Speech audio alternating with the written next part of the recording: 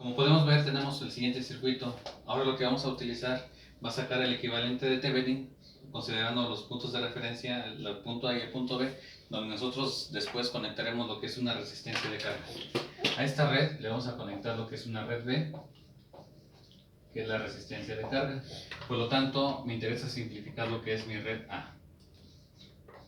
Y para eso, recuerden, necesitamos lo que es la resistencia Thevenin y el voltaje Thevenin.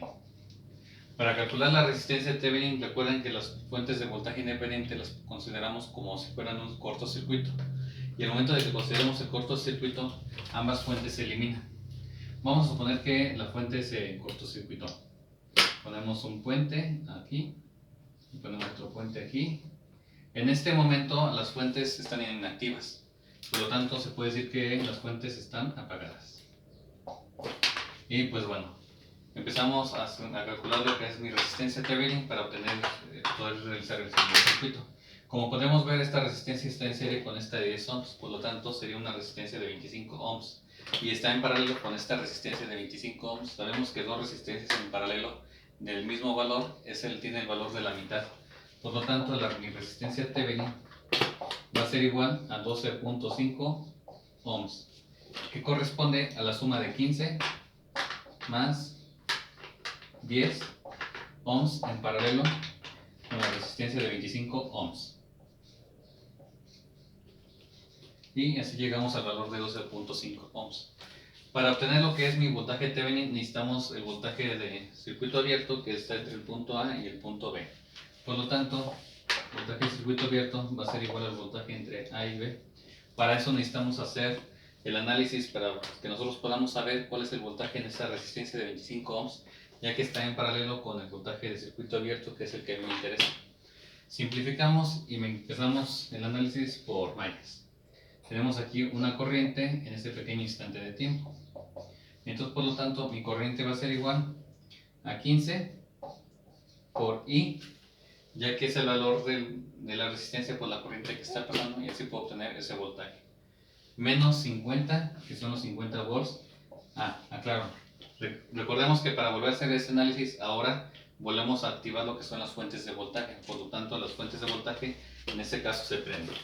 Quitamos los cortocircuitos en ambas fuentes. Y pues bueno, como podemos ver, ya tenemos otra vez lo que son las fuentes que estaban normalmente. Esta es de 50 volts y 100 volts. Ok, seguimos con el análisis. Tenemos una resistencia de 15 menos 50 más 10 por I, ya que es la misma corriente, puesto que es una malla que está en serie, más 100 volts, más 100 volts y más 25 I. Aquí, como podemos ver, ya tenemos todo lo que es el análisis de esta malla, y esto pues lo igualamos a 0. Simplificamos términos comunes. En este caso aquí tengo que 15 más 25 es 40, más 10, 50 y aquí tengo lo que es 100 menos 50 sería más 50, igual a 0. Si yo simplifico mi corriente, me va a quedar menos 50 entre 50, esto va a ser igual a menos 1 ampere. Menos 1 ampere. Y esa va a ser la corriente que fluye por esta malla. Como podemos ver, esta corriente va a pasar a través de esta resistencia. Ahora sí, el voltaje en la resistencia de 25 ohms va a ser igual a menos 1 ampere por 25 ohms. Y esto va a ser igual a menos 25 volts. Ese es el voltaje que obtendría yo en esta resistencia de 25 ohms. Pero para mi voltaje de cortocircuito tengo esta fuente también en serie con esta resistencia. Ahora, para voltaje OC va a ser igual al voltaje de esta fuente, puesto que las dos fuentes están en serie, se suman. Entonces sería más 100 más menos 25 volts, que es el voltaje de la fuente más el voltaje de la resistencia. Y esto me va a dar un valor de 75 volts. Aquí tenemos algunos de los puntos más importantes como un pequeño resumen de lo que es el método de Thevenin. Primero, tenemos que asegurarnos que sea un circuito lineal, aquel que esté formado por fuentes independientes y elementos pasivos como las resistencias.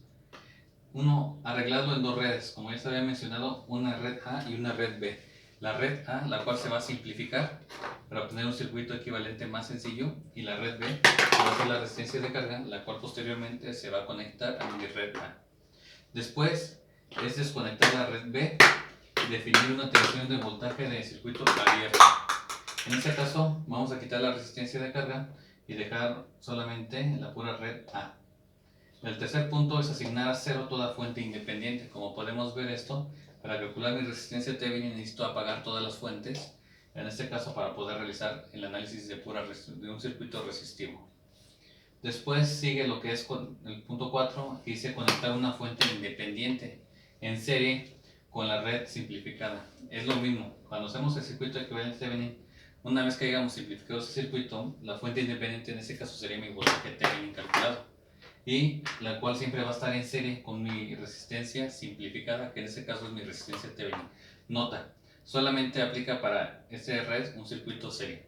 Al momento de que si yo llego a colocar esta resistencia en paralelo con la fuente, ya no aplica. Por lo tanto, el análisis estaría incorrecto. Y como podemos ver en el problema anterior, finalmente queda mi red reducida así. Mi voltaje Thevenin, que es mis 75 volts, mi resistencia Thevenin 12.5 ohms. Por lo tanto, así quedaría simplificada mi red A. En este caso no considero una resistencia de carga, pero en caso de que la considera, simplemente la conectaría en la red A y así ya podría realizar algún tipo de análisis en este circuito en particular.